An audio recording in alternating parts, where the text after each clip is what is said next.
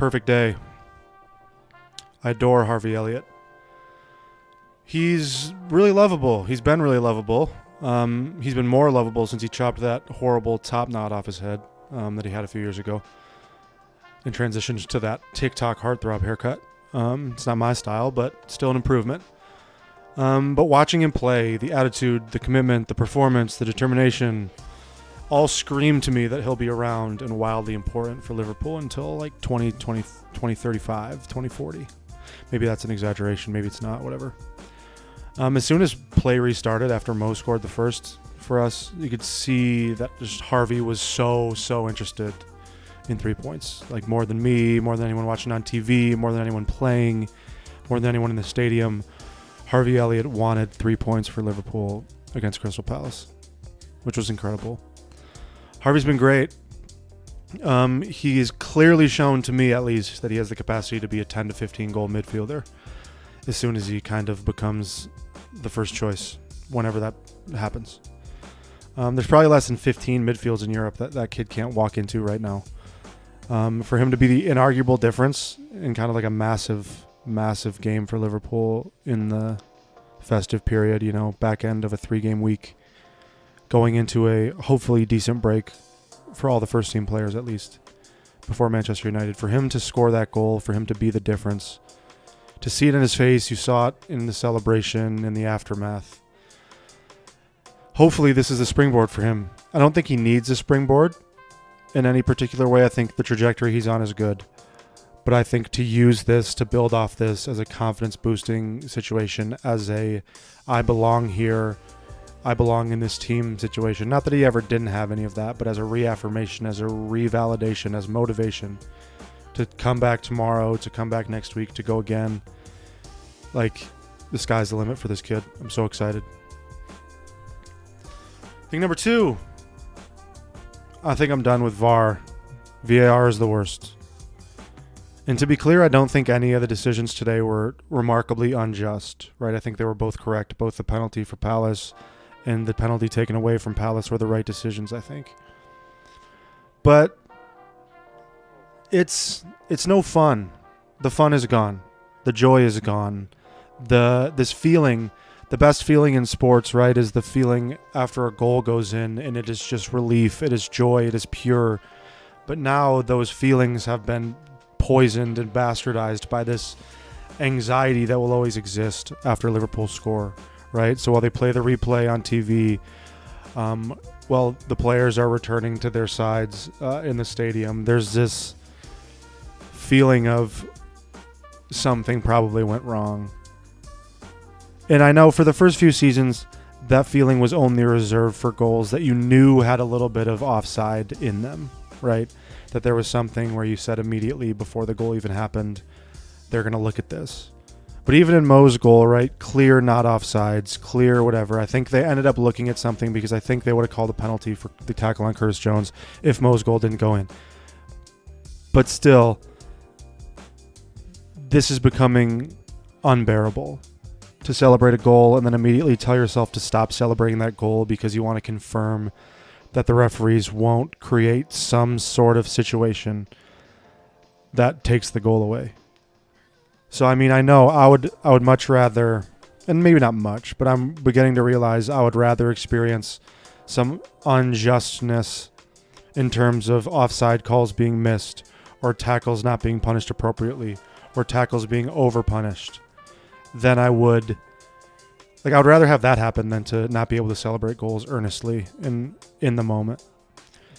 I don't have a solution. Obviously, I think when time and stoppages allow it, there should be a review process, right? After a red card, I think there's a natural stoppage, so let's review it. That's a great time to review something. I think offsides is I think that can stay. The objective ones can stay. Is the ball over the line? VARs can stay. But I can no longer deal with this. What if the ball came off an arm? What if there was a marginal tackle in the build-up? It's just not for me. I don't know if it's for anybody else, but it's not for me, and that's okay. Thing number 3, another Harvey-centric thought. I think Curtis Jones and Harvey Elliot are in the perfect situation right now. Because think about it. The last 15 years, we've seen so many promising Liverpool young players thrown into the team at 18 years old, at 19 years old, with the expectations and pressure on them that they should never have had to bear the burden of. You just list them off, right? Jan Donda, Shea Oho, Ovi Ajaria, Ben Woodburn, Adam Morgan, even the Martin Kellys of Andre Wisdoms in the world. None of these players with absolutely staggering pedigrees or staggering expectations in the long term, but players that came in to the team, had a few good performances, and immediately were declared the savior, were declared the long-term answer for these positions, for these teams. It's just not good for anyone, right? You think Jordan Rossiter, you think John Flanagan, Samed Yezel, Loris Karius even to a lesser extent just because of the age. But still, these players who get from the age of 19 and 20 just get immediately thrown into the fire and said, hey, change things, make something happen, make this team different than it would be without you.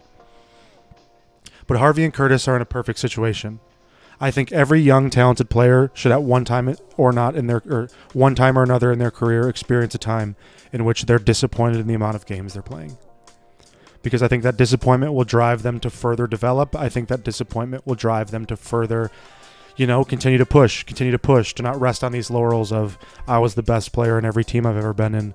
I'm going to continue to be the best, so I'm going to stop whatever development path I'm on. I mean, Raheem Sterling got to that path at 23 years old, 24 years old. How is he a different player now than he was then? Sure, he's a little better, a little more refined, but I don't think he really truly took that step to the next level. And I'm not saying that's a mentality thing for Raheem Sterling. I'm not saying that's a thing that goes against him, but that could be a problem. But it feels like these mega hype prospects, these kids just get the fun of their football sucked out of them before they even turn 22, 23 with these expectations and the pressure. But Harvey and Curtis Jones don't have to deal with that. They are together, which is a good thing, right? They played in the England team together this summer in the Euros. They, I'm sure, are close on the training field. I'm sure in the building. I'm sure even probably outside the building they're very close. And they get to experience this together, right? And I'm not saying it's long-term disappointing, right? But they're these moment-by-moment micro-disappointments of, oh, I'm not coming on in this game that I think I should come on in. I didn't get a start here in this game I think I could have. I mean, they get to deal with it together, right? So for Curtis to see, oh, Harvey also is feeling this. And Harvey to say, oh, also Curtis is not getting the games he wants. And to be able to use that together, to develop together, to push each other forward, to push themselves forward, I think is a great place to be in. Because we get so used to these athletic prodigies, like the Erling Haalands of the world, the Kylian Mbappes of the world, just blast through leagues and teams and games and defenses as 19 and 20-year-olds. But that's not the reality. Those are the exceptions. And most of these players like Harvey and Curtis, as their 19s and 20s and 21s and 22s, need to be held back, need to be managed, need to be told, and they need to see with their eyes that they might not be ready for everything that will get thrown at them. I think they're ready for most of it, but there will still be situations where Curtis can't hang in terms of his physicality, in terms of just he's a skinny boy, and Harvey's a short guy, a short kid. He's not as built as the Moes of the world. He's doesn't quite have the other physical tools to compensate for those quite yet, and that's okay. But for them to experience that together and for them to grow together, I think is the perfect scenario for them, because there's no pressure on them to perform for Liverpool right now, and they are. And that is so, so, so promising for both of them as they enter, hopefully, their primes in their 24s, 25s, 26s. And it's incredible, and I'm excited. Thing number 4, I think just collectively we need to stop complaining about how we've collected 3 points when we collect 3 points. Because I have a bruise on my leg that I got last Saturday. I rode a mechanical bull for the first time, and we had an issue staying on that thing. So I have this bruise that's fading, but it's still there. And it's, 7 days old? 6.5 days old? No, it's less, 6.5 days old. Since I've gotten that bruise, Liverpool have collected 9 points in the Premier League. What else do you want besides 9 from 9 in the opening week of the festive fixtures from Liverpool Football Club? You don't want anything more than that. So are we going to sit here and complain that, yes, we had to come from behind in the last 10 against Fulham? Yes, it was a little bit more complicated than it should have been against Sheffield on Wednesday. Yes, again, went down in the second half against Crystal Palace. But those things are fine. Those things are going to happen. Eventually, there will be a time. This is still a brand new midfield. Can we think about that? Can we process that? That this is a midfield 22 games, maybe, if that, into its experience together. Right? The Jordans, the Hendos, that's the same person. The Jordans, the Fabinhos, the Gini Wijnaldums, the James Milners, even the Emre Cans of the world back in the day.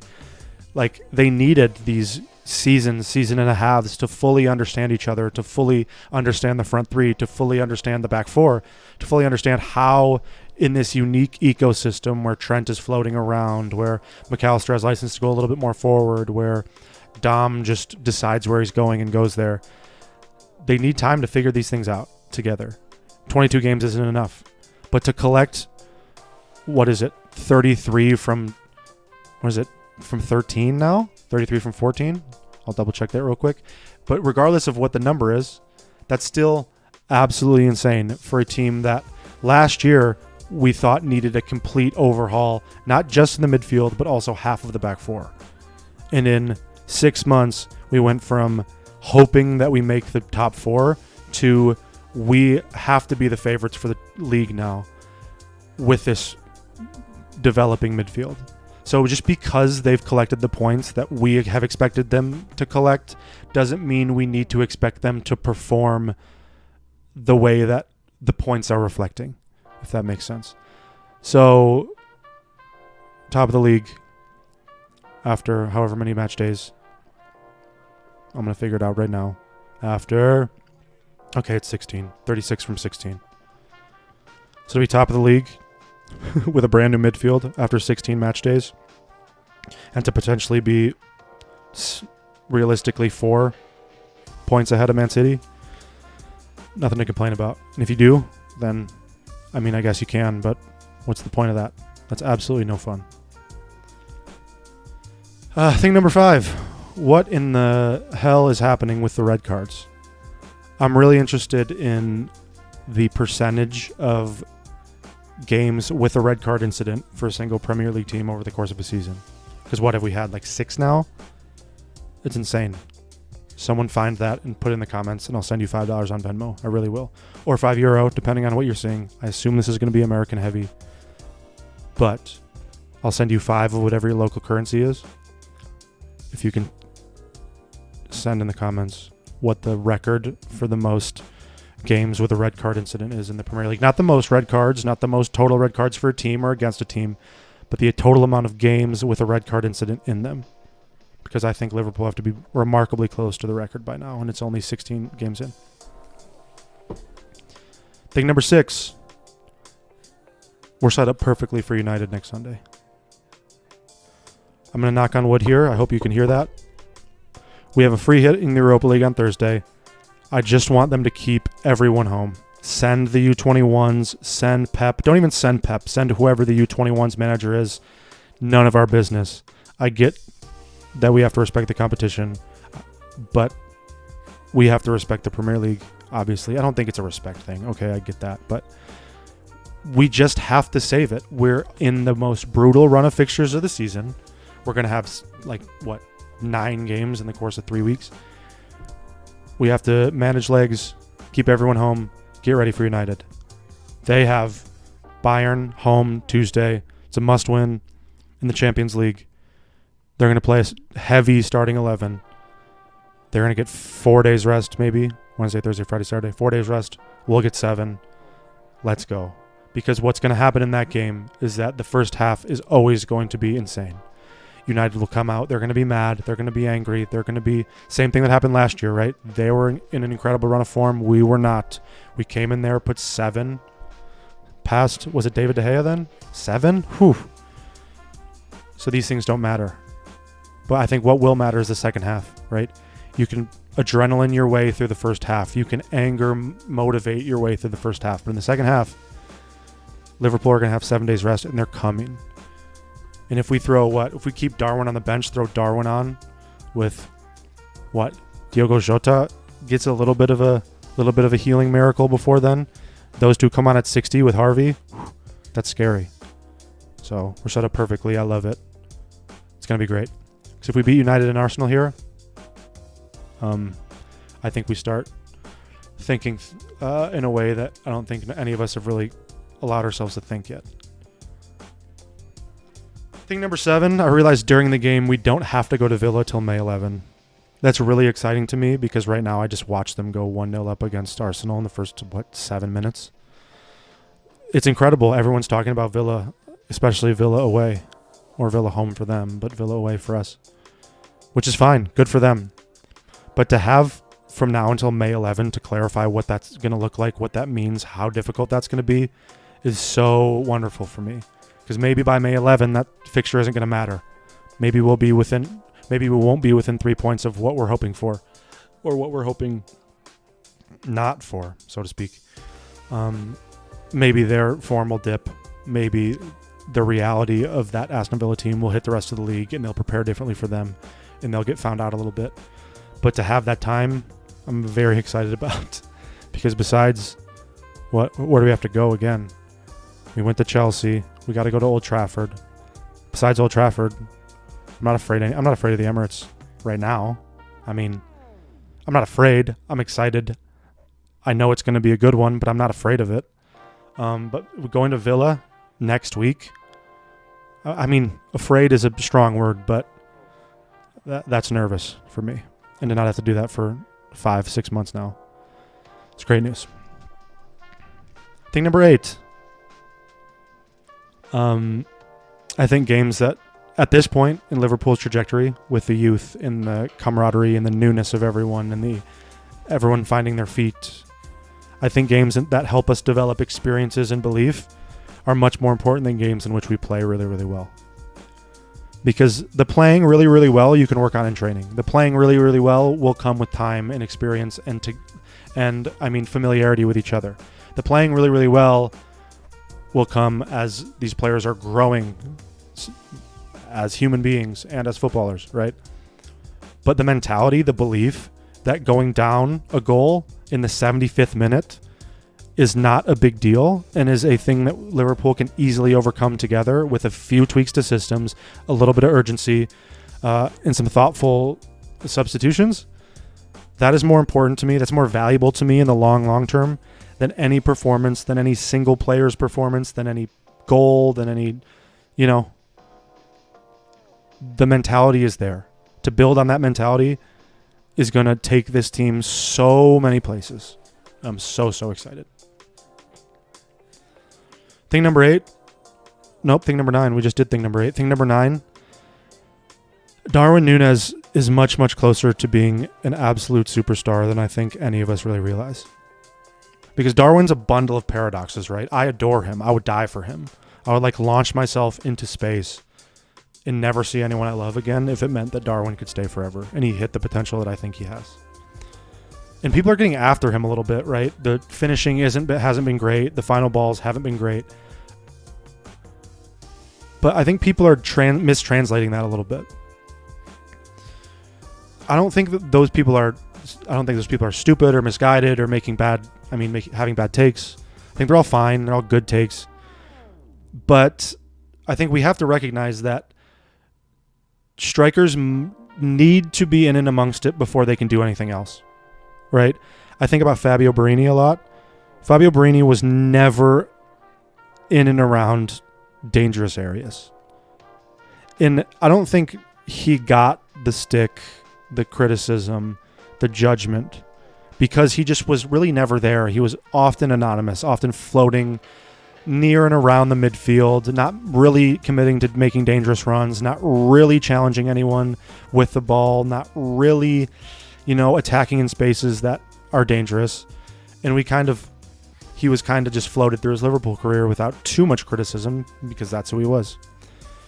But Darwin, since he's in those positions, since he's willing to be dangerous, he's willing to do the things that, 30% chance, but the 30% chance turns into a decent opportunity that another player maybe wouldn't be able to get to given his skills and tools and physical abilities. He's getting there. I know he's not finishing. I know the finishing's been tough. I know it's been both a little bit of a lack of quality, but also unlucky. Both of those things can be true. But I think once he finds his feet, he finds a couple finishes in a week, or has a month where he gets 6 in 5, for example, I think there's no looking back for him, because he has everything you need to build an incredible season, an incredible career, an incredible goal-scoring legacy on. He's getting into the right positions. He's making life incredibly difficult for teams that usually deal with strikers pretty well. The Cities of the world, even the back line, the low block teams of the world. So, I would much rather have him do this, be getting into the positions and missing the opportunities, than going absent in the ways that we've seen. Mario Balotelli, absent.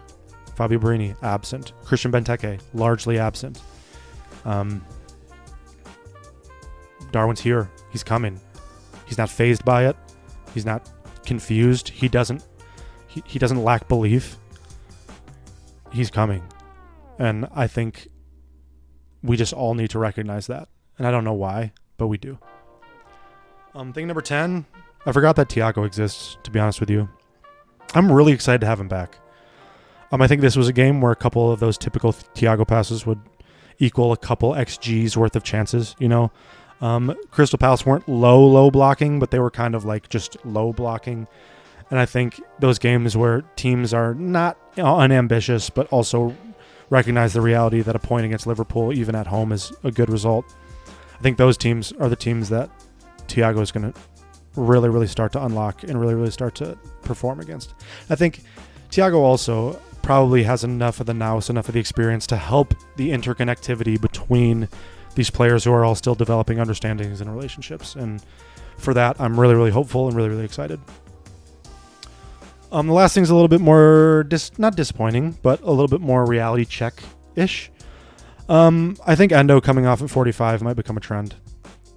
I love him. That goal on Sunday was exceptional. You can tell he's intelligent. He's technically really, really good. But he's just sometimes not quick enough, not pacey enough, not agile enough for the Premier League, which I think is fine in what we're asking of him. At this point, the numbers in midfield aren't the issue, right? It's the specialization in midfield that's the issue. And I don't think there's going to be a lot of games where we need a pure defensive, holding, lighthouse-ish type midfielder that Fabinho was at his peak. But I think there's games like today where we needed someone like Endo.